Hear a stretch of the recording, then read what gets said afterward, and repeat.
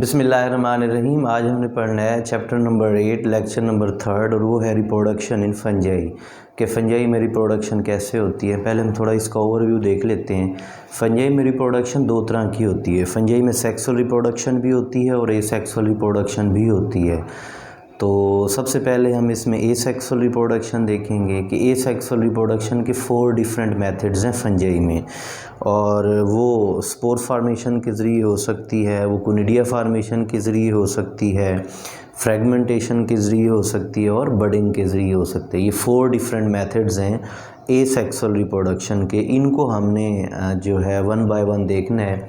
ये long question के तौर पर आता है कि right a note on reproduction in fungi. Sexual भी आ सकता है और एसेक्सुअल भी आ सकता है। जो आज हमने पढ़ना है वो एसेक्सुअल रिप्रोडक्शन है, यानी रिप्रोडक्शन इन फंजाई। ये लॉन्ग क्वेश्चन के तौर पर आता है। तो सबसे पहली बात है कि fungi reproduce sexually and asexually, यानी बहुत तरीके से रिप्रोड्यूस कर सकती है, लेकिन सेक्सुअली मोस्टली, इसका मतलब है कि जो मोस्टली फंजाई हैं वो सेक्सुअल रिप्रोडक्शन के थ्रू रिप्रोड्यूस करते हैं। और ये बात MCQs के तौर पर आती है। इसका मतलब ये है कि फंजाई में हैं तो दोनों तरीके, सेक्सुअल रिप्रोडक्शन का मेथड भी है और एसेक्सुअल रिप्रोडक्शन का मेथड भी है, लेकिन सेक्सुअल रिप्रोडक्शन ज़्यादातर होती है, यानी ज़्यादातर फंजाई अपनी नस्ल बढ़ाते हैं सेक्सुअल रिप्रोडक्शन के थ्रू, और एसेक्सुअल रिप्रोडक्शन होती है लेकिन कम होती है। तो no sexual reproduction in imperfect fungi. Fungi का एक ग्रुप ऐसा है जिसका नाम है इम्परफेक्ट फंजाई, यानी ये नामुकम्मल है, क्योंकि इसमें no sexual reproduction is seen, कि इस इम्परफेक्ट फंजाई में सेक्सुअल रिप्रोडक्शन फ़िलहाल यानी अभी तक नहीं देखी गई। ये भी लाइन MCQs के तौर पर आते हैं। जो उसने इंट्रो में ये 2-3 लाइनें दी हैं, इनमें एक MCQs ये बनता है कि मोस्टली फंजाई सेक्सुअली रिप्रोड्यूस करते हैं, और दूसरे नंबर पर जो इम्परफेक्ट फंजाई है उसमें सेक्सुअल रिप्रोडक्शन नहीं होती। ये MCQs है। अब हम सबसे पहले देखेंगे एसेक्सुअल रिप्रोडक्शन को कि एसेक्सुअल रिप्रोडक्शन क्या है। एसेक्सुअल रिप्रोडक्शन फॉलोइंग मेथड्स के थ्रू होती है, स्पोर्स के थ्रू, कोनिडिया के थ्रू, फ्रेगमेंटेशन के थ्रू और बडिंग के थ्रू। तो तरीक़ाकार यही है। अगर ये लॉन्ग क्वेश्चन के तौर पर आता है, पहले आप इन चारों के उसे नेम बताएं कि इन 4 टाइप्स की रिप्रोडक्शन होती है, फिर 1 बाय 1 करके उसकी एक्सप्लेनेशन होगी। तो सबसे पहले जो स्पोर्स हैं उसको हम देखेंगे। अच्छा, यहाँ पे एक शॉर्ट क्वेश्चन आता है। शॉर्ट क्वेश्चन ये आता है, right the methods of asexual reproduction in fungi. ये शॉर्ट क्वेश्चन के तौर पर आता है। सिर्फ 4 वर्ड लिखने होते हैं, 4 नाम बताने होते हैं एसेक्सुअल रिप्रोडक्शन के, और ये 2 नंबर का शॉर्ट क्वेश्चन आता है। तो यहाँ आप शॉर्ट क्वेश्चन राइट कर लीजिएगा कि right the names of asexual methods of asexual reproduction in fungi. तो ये 4 नाम लिखने, आगे पीछे जिस तरतीब के साथ आप मर्जी है राइट कर लें, तरतीब का कोई फ़र्क नहीं पड़ता। इसको बाद में राइट कर लें, इसको पहले राइट कर लें, इसका कोई इशू नहीं है। 4 नाम आपने लिखने होते हैं, वो शॉर्ट क्वेश्चन के तौर पर आता है। यानी जिस लॉन्ग क्वेश्चन को आप सॉल्व कर रहे हैं उसमें ये एक शॉर्ट क्वेश्चन आता है, जस्ट इसके नेम राइट करना। अब हम इनको एक एक करके देखते हैं। उसमें सबसे पहले है स्पोर्स के थ्रू, कि स्पोर्स के थ्रू इनमें रिप्रोडक्शन कैसे होती है। फंजाई में स्पोर्स सेक्सुअल रिप्रोडक्शन के थ्रू भी बनते हैं, फंजाई में स्पोर्स एसेक्सुअल रिप्रोडक्शन के थ्रू भी बनते हैं। दोनों तरीक़ों से होते हैं।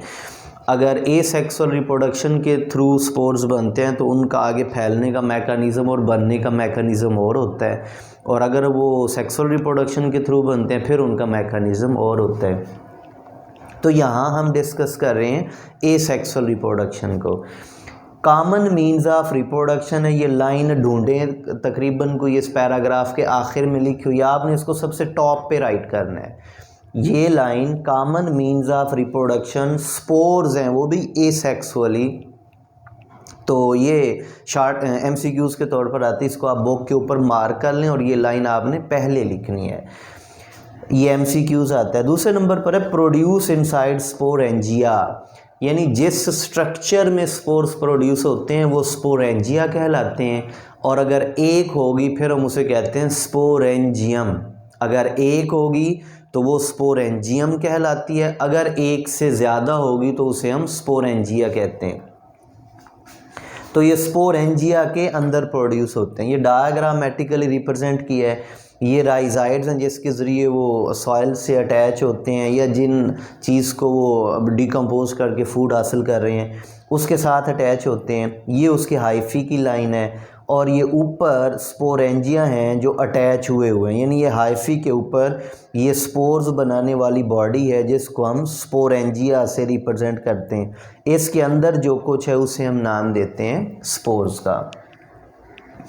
स्पोर्स में भी अब स्पोर्स की प्रॉपर्टीज़ क्या हो सकती हैं कि स्पोर्स सेक्सुअली भी प्रोड्यूस हो सकते हैं, एसेक्सुअली भी प्रोड्यूस हो सकते हैं, नॉन मोटाइल होते हैं और हैप्लाइड होते हैं, लार्ज इन नंबर प्रोड्यूस होते हैं, स्मॉल इन साइज़ प्रोड्यूस होते हैं, विंड के ज़रिए फैलते हैं, स्मॉल एनिमल्स के ज़रिए दूसरी जगह पे फैलते हैं, इंसेक्ट्स के ज़रिए फैलते हैं। वाटर लाजमी नहीं है मतलब इनको आगे फैलाने के लिए, लेकिन रेन स्प्लैशेस पानी के छींटे या बारिश के छींटे वगैरह वो भी इनको एक जगह से दूसरी जगह ट्रांसफ़र करते हैं। ये इनकी प्रॉपर्टीज़ हैं। तो स्पोर्स में भी प्रोड्यूस, ये सेक्सुअली प्रोड्यूस हो सकते हैं, एसेक्सुअली प्रोड्यूस हो सकते हैं, ये हैप्लाइड होते हैं, नॉन मोटाइल। नॉन मोटाइल का मतलब है ये हरकत नहीं कर सकते, और स्मॉल इन साइज़ होते हैं, साइज़ में छोटे होते हैं, लार्ज इन नंबर तादाद के लिहाज से ज़्यादा पैदा होते हैं, not need water for their dispersal, इनको पानी की ज़रूरत नहीं होती फैलाव के लिए, विंड के ज़रिए डिस्पर्स होते हैं यानी फैलते हैं, इंसेक्ट्स के ज़रिए फैलते हैं, स्मॉल एनिमल्स के ज़रिए फैलते हैं, और रेन स्प्लैशेस बारिश वगैरह के छींटों के ज़रिए फैलते हैं। और जहाँ ये फैलते हैं अगर ये लैंड करते हैं सूटेबल प्लेस पे या सॉइल पे तो वहाँ ये जर्मिनेट होकर न्यू माइसीलियम बनाते हैं। अब डायग्रामेटिकली रिप्रेजेंट किया है, ये वही राइजाइड्स होंगे, ये हाइफे यानी एक माइसीलियम है कहीं पे ये ग्रो कर रहा है। ये स्पोरेंजियम है जिसके अंदर स्पोर्स बने हुए हैं, ये स्पोर्स बिखरते हैं बाहर और उसके बाद जिस सॉइल पे गिरेंगे अगर कंडीशन सूटेबल होंगी वहाँ ये जर्मिनेट करके नया माइसीलियम बनेंगे, फिर इस तरह से साइकिल चलेगा।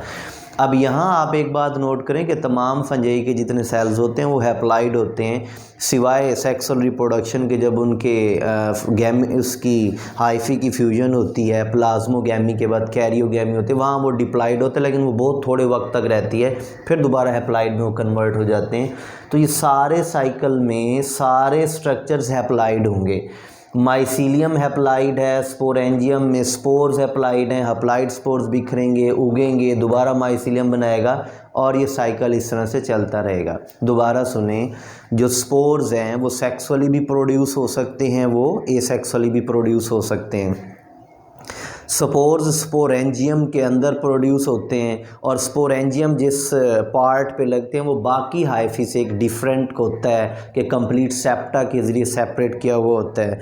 जो स्पोर्स प्रोड्यूस होते हैं वो लार्ज इन नंबर प्रोड्यूस होते हैं और स्मॉल इन साइज़ होते हैं, हैप्लाइड होते हैं, नॉन मोटाइल होते हैं और स्प्रेड होते हैं कि इनके ज़रिए पानी की ज़रूरत इनको नहीं होती फैलने के लिए, इंसेक्ट्स के ज़रिए सेपरेट होते हैं या डिस्पर्स्ड होते हैं, और स्मॉल एनिमल्स के ज़रिए हो सकते हैं, रेन स्प्लैशेस के ज़रिए हो सकते हैं, विंड के ज़रिए हो सकते हैं। पानी की ज़रूरत इनको, यानी पानी एसेंशियल नहीं है इनके फैलाव के लिए।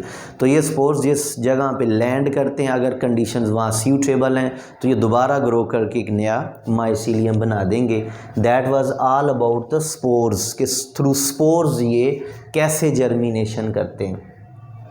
इस टोटल में सिर्फ एक MCQs है जो आया हुआ है और मोस्टली यही है, बाकी ये सारी चीज़ें, ये हैप्लाइड वाला भी MCQs आ सकता है कि ये हैप्लाइड होते हैं या डिप्लाइड होते हैं, नॉन मोटाइल होते हैं। तो ये जितनी बातें थी तकरीबन सारी मेंशन की गई हैं और इसी तरतीब के साथ आपने इसको सॉल्व करना है। दूसरे नंबर पर मैंने कोनिडिया की बजाय फ्रेगमेंटेशन को पहले लिखा, आप कोनिडिया को भी स्पोर्स के बाद लिख सकते हो। नेक्स्ट ये दूसरा प्रोसीजर है फ्रेगमेंटेशन, कि फ्रेगमेंटेशन के थ्रू भी ये फंजाई अपनी नस्ल एसेक्सुअली आगे बढ़ा सकते हैं। अब फ्रेगमेंटेशन का मतलब होता है टुकड़े बनना, फ्रेगमेंट्स बनना, पार्ट बनना। फ्रेगमेंटेशन में एक फुली डिवेलप्ड माइसीलियम होता है और वो माइसीलियम ब्रेक हो जाता है टू मैनी पीसेस, बहुत सारे पीसेस में वो टूट जाता है और every piece grow to form a new mycelium. यानी जब मैच्योर हाइफी होते हैं, फुली ग्रोन होते हैं, एक वेल एस्टैब्लिश माइसीलियम होता है, वो कुछ पार्ट्स उसके ब्रेक होते हैं, फ्रैगमेंट बनते हैं और हर फ्रैगमेंट से एक नया माइसीलियम बन जाता है। इसे हम फ्रैगमेंटेशन का नाम देते हैं, टुकड़े बनना। माइसीलियम ब्रेक होता है, each fragment give rise to new mycelium, हर फ्रैगमेंट नया माइसीलियम बनाता है। ये एक फुली अडॉप्टेड माइसीलियम्स को हमने शो किया, सेप्टेड हैफी रखने वाला है, तो इसके 1 2 3 डिफरेंट पार्ट बनाए हैं और हर पार्ट से नया माइसीलियम बनाएगा, नई फंजाई की बॉडी बनाएगी। That is all about the fragmentation, इसे हम फ्रैगमेंटेशन कहते हैं। Next one is budding. Budding किसे कहते हैं? बडिंग का मतलब होता है बर्ड का बनना। और बर्ड किसे कहते हैं कि किसी भी एनिमल की बॉडी के ऊपर या फंगस की बॉडी के ऊपर, ये प्रोसेस फंजाई में सिर्फ यीस्ट में पाया जाता है। और यीस्ट की दो मेन प्रॉपर्टीज़ भी हैं। यीस्ट पहला यानी सिंगल ऐसा ऑर्गेनिज़म्स है फंजाई का जो नॉन हाइफल होता है, नंबर 1, एंड नंबर 2 यूनिसेलुलर होता है। बाकी जितने फंगस हैं वो सारे के सारे मल्टी सेलुलर होते हैं, तो ये यूनिसेलुलर होता है। इसमें मतलब सिंगल सेल्स हैं, सिंगल सेल्स में एक आउट ग्रोथ होती है। आउट ग्रोथ कहते हैं उसके जिस्म से एक बढ़ा हुआ हिस्सा निकलता है, उसकी ग्रोथ बढ़ती है, फिर इसका न्यूक्लियस डिवाइड होके कुछ उसमें चला जाता है। उस बर्ड की ग्रोथ फिर पेरेंट के साइज़ के बराबर हो जाती है। आगे उसके पास ऑप्शन होते हैं कि वो सेपरेट हो जाए, सेपरेट हो जाता है तो अलग अलग कॉलोनीज़ बनाता है। बाज़ औक़ात वो सेपरेट नहीं होता, जुड़ा रहता है, लंबे लंबे फिलामेंट्स बनाते हैं, फिर वो फिलामेंट्स भी बाद में ब्रेक हो सकते हैं। इस प्रोसेस को हम नाम देते हैं बडिंग का। अब इसमें जो पहली लाइन लिखी हुई है कि बडिंग एसिमेट्रिक डिवीजन भी हो सकती है या इक्वल डिवीजन भी हो सकती है। एसिमेट्रिक का मतलब है किसी एक जगह से पहले छोटी बर्ड बनेगी, फिर वो साइज़ में बढ़ती जाएगी, ये एसिमेट्रिक डिवीजन है। इक्वल डिवीजन का मतलब है जिस तरह माइटोटिकली एक सेल डिवाइड होता है, इस तरह भी हो सकता है कि सेल डिवाइड होता है इक्वली और दो बराबर उसमें चेंज हो जाता है, कन्वर्ट हो जाता है। वो भी इसी तरह होता है, स्टेप बाय स्टेप है ग्रोथ करते हुए, दोनों तरह से हो सकता है। तो बडिंग, बड बनती है out growth on yeast, yeast के ऊपर आउट ग्रोथ बनती है। ये एसिमेट्रिक डिवीजन, इसे अंडरलाइन कर लें, ये एमसीक्यूज आता है। एसिमेट्रिक डिवीजन है और इक्वल डिवीजन भी हो सकती है। एसिमेट्रिक वाला एमसीक्यूज आता है, ये बात उसने बाकी तीनों किसी मेथड्स में भी नहीं की, तो इसीलिए इसको आप अंडरलाइन कर लें एज एन एमसीक्यूज के तौर पर। यानी दोनों तरह से बर्ड ग्रो कर सकती है, एसिमेट्रिक डिवीजन भी हो सकती है और इक्वल डिवीजन भी हो सकती है। बड डीटैच, डीटैच का मतलब है बड अलग होती है अटैच टू पेरेंट या पेरेंट से अटैच भी रह सकती है, यानी दोनों पॉसिबिलिटीज़ हैं। डीटैच भी हो सकती है, अलग भी हो सकती है, या अटैच्ड टू पेरेंट, पेरेंट के साथ अटैच भी हो सकती है, इकट्ठी भी रह सकती है। अब डायग्रामेटिकल रिप्रेजेंटेशन दी है, ये एक यीस्ट का सेल है, इसके ऊपर बड प्रोड्यूस हुई है, बड में इसका न्यूक्लियस डिवाइड होके चला गया है, फिर आगे बर्ड का साइज़ बड़ा है और आप देख सकते हैं कि एक टाइम में एक से ज़्यादा मल्टीपल बर्ड्स भी बन सकती हैं, और फिर वो बर्ड अलग हो गया, दूसरी बर्ड का साइज़ भी तकरीबन पेरेंट्स के बराबर होने वाला है। इसी तरह से ये डिवाइड होगा और इस डिवीजन्स को हम नाम देते हैं बडिंग, जो पाई जाती है यीस्ट में। Last one is conidia formation. Conidia क्या है? कोनिडिया भी एक तरह के स्पोर्स हैं जो एसेक्सुअली प्रोड्यूस होते हैं। ये एसेक्सुअल स्पोर्स हैं, नॉन मोटाइल हैं, खुद ब खुद ही हरकत नहीं कर सकते। प्रोड्यूस ऑन कोनिडियोफोर, यानी एक स्पेशल स्ट्रक्चर के ऊपर प्रोड्यूस होते हैं। प्रोड्यूस ऑन नॉट इनसाइड, यानी ये अंदर प्रोड्यूस नहीं होते, ऑन कोनिडियोफोर, कोनिडियोफोर के ऊपर पैदा होते हैं। डायग्रामेटिकली रिप्रेजेंट देखें कि ये एक ख़ास तरह का स्ट्रक्चर्स है, इनको कोनिडियोफोर कहते हैं। इसके ऊपर ये दाने लगे हुए हैं, ये स्पोर्स हैं, इनको हम कोनिडिया का नाम देते हैं। यानी ये जिस तरह स्पोर्स स्पोरेंजियम के अंदर प्रोड्यूस होते थे, इनमें ऐसा नहीं होता। ये कोनिडिया कोनिडियोफोर्स के ऊपर लगते हैं, नॉट इनसाइड। चेन्स की फॉर्म में हो सकते हैं, क्लस्टर्स की फॉर्म में हो सकते हैं, लार्ज नंबर तादाद में काफ़ी ज़्यादा होते हैं, और ये कई कई हफ्तों तक सर्वाइव भी कर सकते हैं, जिसकी वजह से ये उन फंगस का कुछ अनसूटेबल कंडीशंस में सर्वाइवल भी इम्प्रूव करते हैं। ये आपके इस टोटल क्वेश्चन के बारे में था। इसमें हमने डिस्कस किया है एसेक्सुअल रिप्रोडक्शन के मेथड को, जो 4 डिफरेंट टाइप के थे। कोशिश करें आप इसको ऐसे ही सॉल्व करें। सबसे पहले इन 4 की हेडिंग्स बनाएं कि ये तरीक़ाकार होते हैं, फिर उनको वन बाय वन आप एक्सप्लेन करें। कोशिश करें जिस तरह स्पोर्स वाली में उसमें डायग्रामेटिक रिप्रेजेंटेशन आप ड्रा करें, किस तरह से होती है। फ्रेगमेंटेशन में भी बुक में नहीं है, लेकिन आपने हल्की सी इसकी डायग्राम ड्रा करनी है, उसे समझाने की कोशिश करनी है एग्ज़ामिनर को। और बडिंग में भी जो है यीस्ट में बडिंग कैसे होती है उसकी भी डायग्राम बनानी है। और लास्ट में कोनिडिया के थ्रू रिप्रोडक्शन कैसे होती है उसकी भी आपने डायग्राम बनानी है। ये था all about asexual reproduction in fungi. अगर आपको कुछ पूछना है या कोई कन्फ्यूजन है तो आप कमेंट सेक्शन में पूछ सकते हैं। अल्लाह हाफिज़।